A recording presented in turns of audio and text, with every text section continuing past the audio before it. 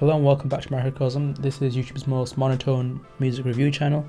My name is Victor and today I will be reviewing Tame Impala's latest record, The Slow Rush. Now, Tame Impala is a music project rather than a band. It's a music project led by Australian psychedelic multi-instrumentalist Kevin Parker, who has made one heck of a career from basically just doing whatever he wants and getting people spaced out in his music. Going into the album, I sort of knew exactly what I was getting myself into. I knew the sounds and the themes that I was going to hear, the feelings that I was going to go through, the feelings that I was going to experience listening to this. So I sort of had a pretty decent idea of what I was getting myself in for. Looking at the negatives first, it was quite confusing to hear because there were so many songs in this album where they are very heavily produced but they feel so empty and shallow, which is a massive contradiction. I don't know whether that's because of the production or the spacing between notes or the structure of the songs, but a lot of the songs here sort of feel a bit distant from me, and not in the sense of, oh yes, I feel as if I'm being spaced out or anything like that. It's more of the sense that they just don't really connect. And that connection is extremely important for me to really enjoy a song.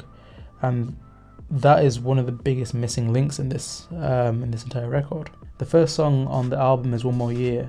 And with this song, I really enjoy Kevin's own sampling of his voice. And then he's reverbed it and delayed it and everything. And it sounds really good as the backing vocal as such, but Kevin sounds a bit preachy in this song, especially near the end of the song. Sounds a bit like he's just trying to force his message across. And also on this, it sounds a bit disjointed. There are parts, especially early on in the song, where he starts off pretty much perfectly on beat, maybe a little bit off, but then as he keeps singing, it sort of drifts a bit more off beat. Maybe it's the sync, maybe it's just my ears. How dare I question Kevin Parker? He is a psychedelic god, I guess, as people see him. So maybe it's just me, but I feel as if he is a little bit offbeat parts in this song.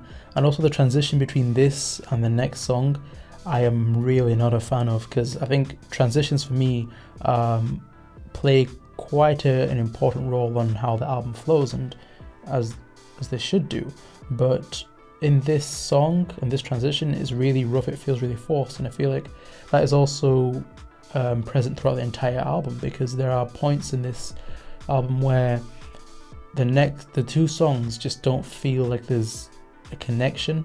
They don't feel as if they work well next to each other. Maybe it would have been better to have a little bit of a play around with the track listing and so forth, just to improve how everything flows. But for me, there are a lot of points in this album where there's just not that connection. There's not that smooth feeling that goes from song to song.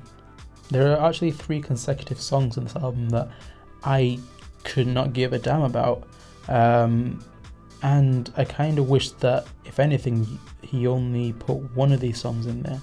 The songs in question are Breathe Deeper, Tomorrow's Trust, and On Track. I feel like all 3 of them just feel unnecessary. Maybe only one would have been a better choice to keep on there. And I feel as if they're all relatively long. Looking at Breathe Deeper, after 4.5 minutes or so, there's suddenly 2 beat switches which I don't understand, and the whole song feels unnecessarily long.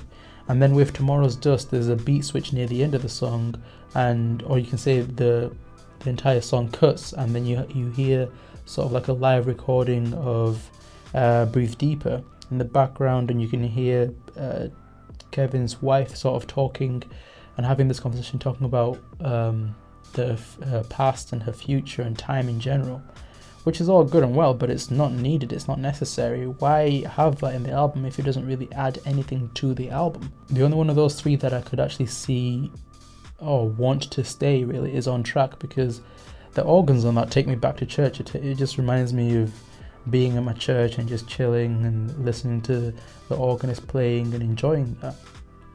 but also it's Kevin sort of reflecting on himself, being quite personal, saying that yes, it's tough to stay positive in the darkest moments of your life, or the points where you put yourself under so much pressure.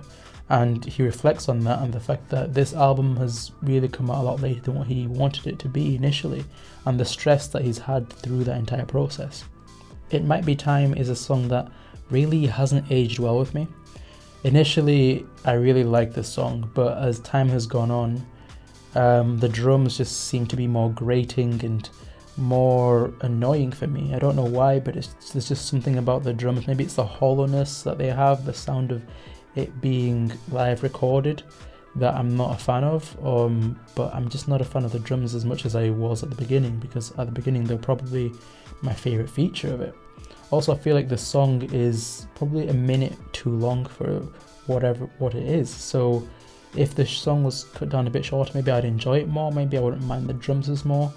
But I do actually enjoy it when the drums is completely cut out of the production and it's just Kevin and the synths and everything else around him.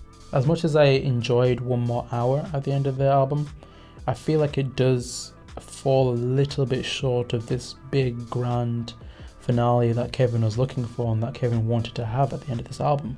And I think a song that it would probably deserve to just leave the album on a bit more of a high note. But it's still a good song, I don't mind it. There's nothing there that I dislike necessarily.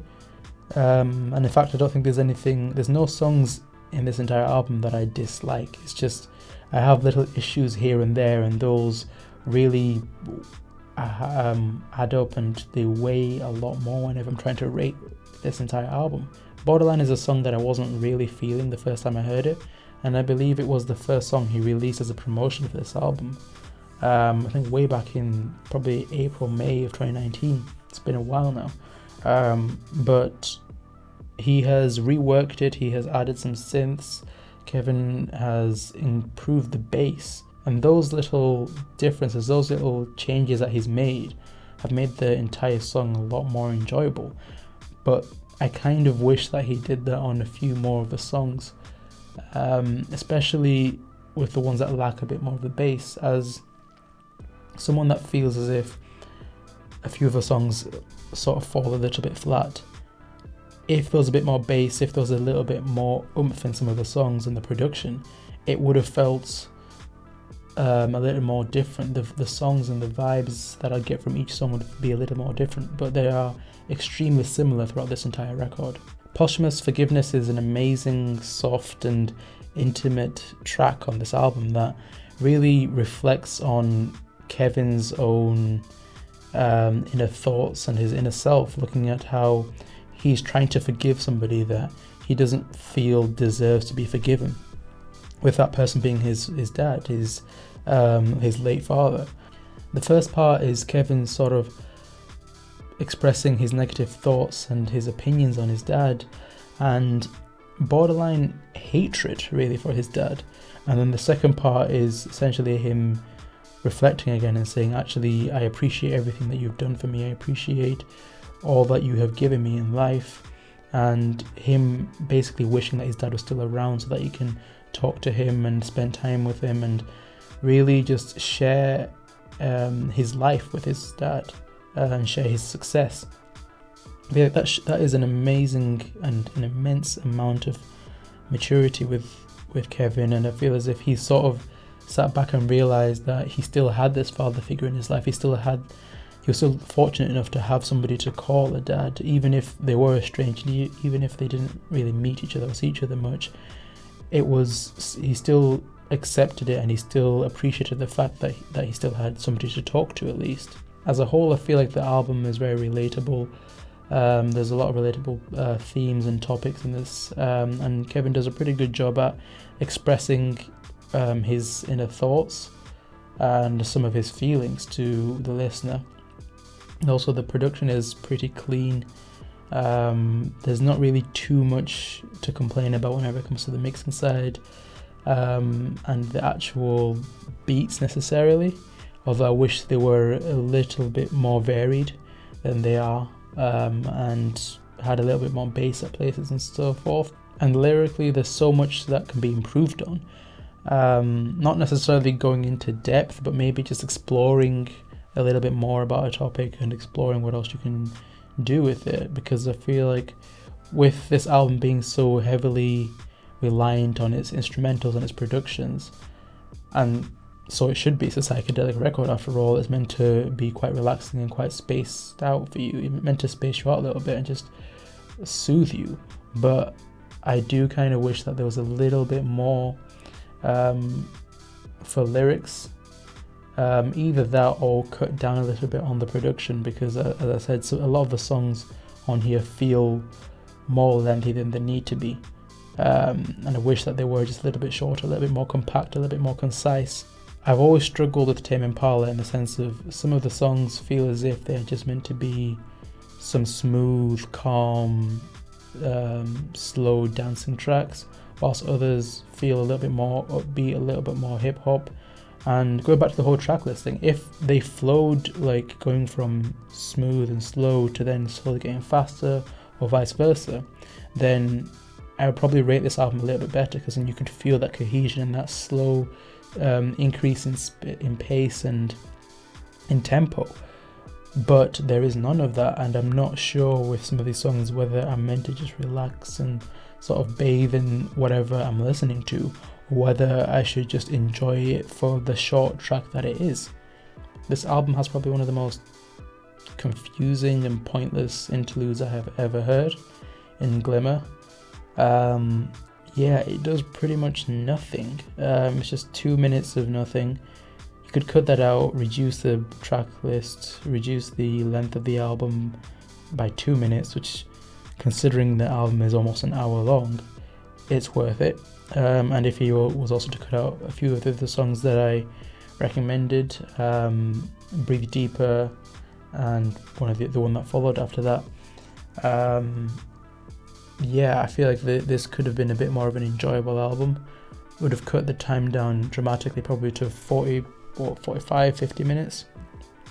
So I think those are the changes that need to be made.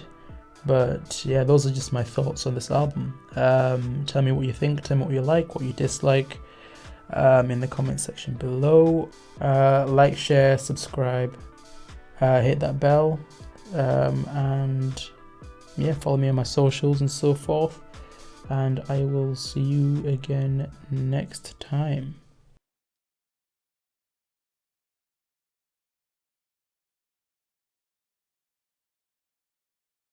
That's how we roll. This is how we roll.